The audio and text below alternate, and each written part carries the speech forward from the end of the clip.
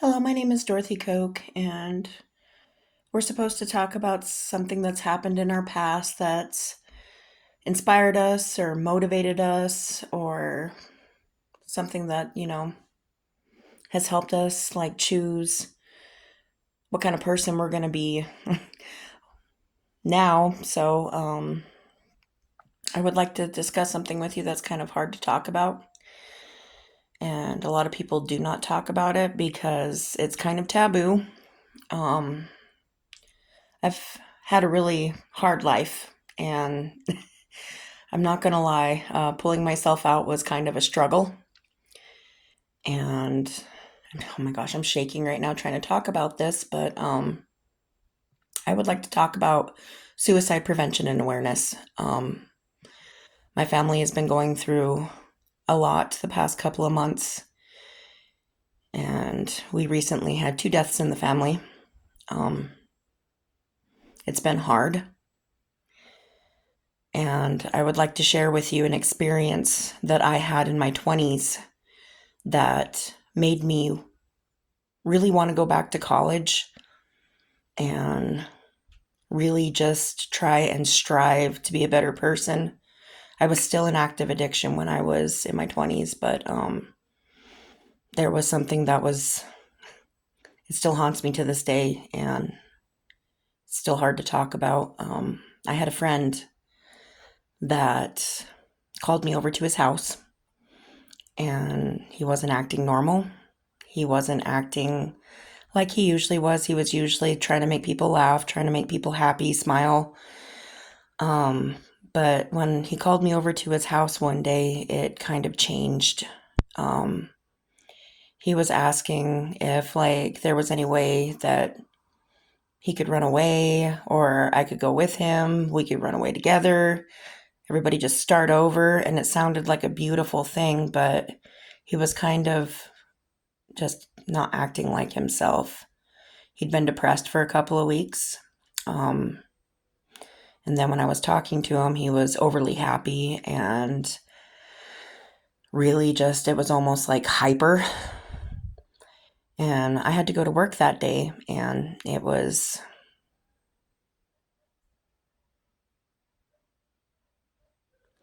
but I went to go see him. I talked to him for a little bit, and I was trying to drive off. And I got a text that said, "Don't tell my parents where the body is."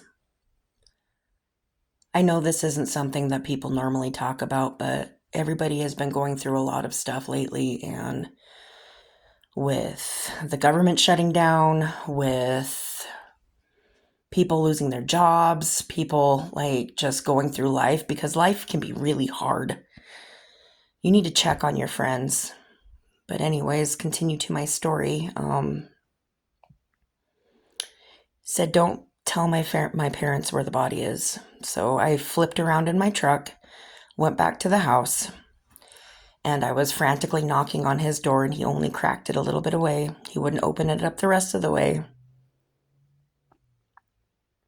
And he told me it was too late.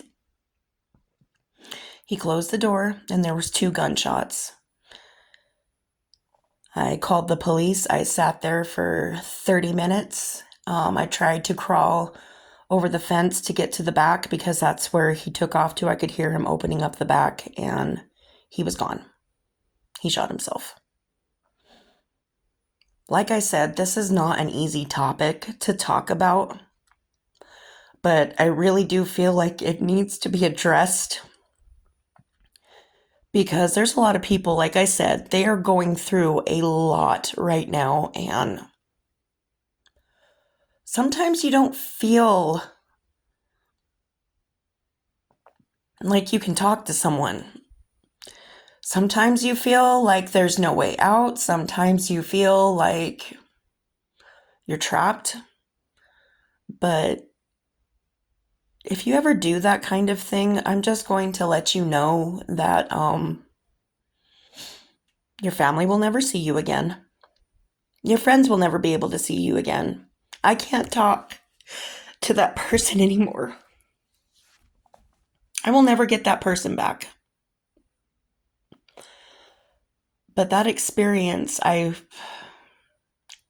it kind of molded me and changed me, and it still haunts me to this day. But that's one of the reasons that I want to go back to college. I I stopped using, I stopped doing a lot of things because drugs aren't the answer. Killing yourself isn't the answer. I don't know if I'm allowed to say that, but your friends, your family will never, ever be able to see you again. And that's something that really stuck with me, and that's why I want to help people. I want to have people realize that there's alternatives, there's other ways out. You don't have to go down that road because you think that you might be getting relief, but you're gone. You are not coming back. And it did. It changed me. I still have nightmares about it, and it's something that I carry with me every single day. But that's why I'm trying so hard now. And that's what I'm doing, and wanting to go into drug counseling and wanting to go and be a counselor and do all of this stuff, because there's a lot of people out there that need help and they don't know how to get it. There's a lot of people that don't know how to help people that are struggling. So that's why I'm doing what I'm doing. And that's a story that it's not an easy one to tell, but I thought I would share it with you guys because a lot of my stories are sad. I'm sorry, recovering drug addict's life is not really all sunshine and daisies. But we still do make it out on top, and we can still be okay. If you're struggling in life, if you have a friend that's struggling in life, family member, talk to them. Let them know that there are other options, that you care. Because even a nice smile or just asking somebody sometimes how they're doing is really helpful. But that's something I wanted to share with you guys. Like I said, it's not easy to tell, but it's something that really molded me and really kind of stuck with me. I've had a lot of deaths and experienced a lot of deaths, but I was right there for that one. And I got to see firsthand what mental health and drug addiction can do. Like, if you have bad mental health, and you're not doing okay, talk to someone. Anyways, that's my story that I was going to share with you. My name is Dorothy Koch, and that's something that helped me get to where I am now. It's not a pretty story, but it gave me drive. So, thank you guys for listening, and have a good day.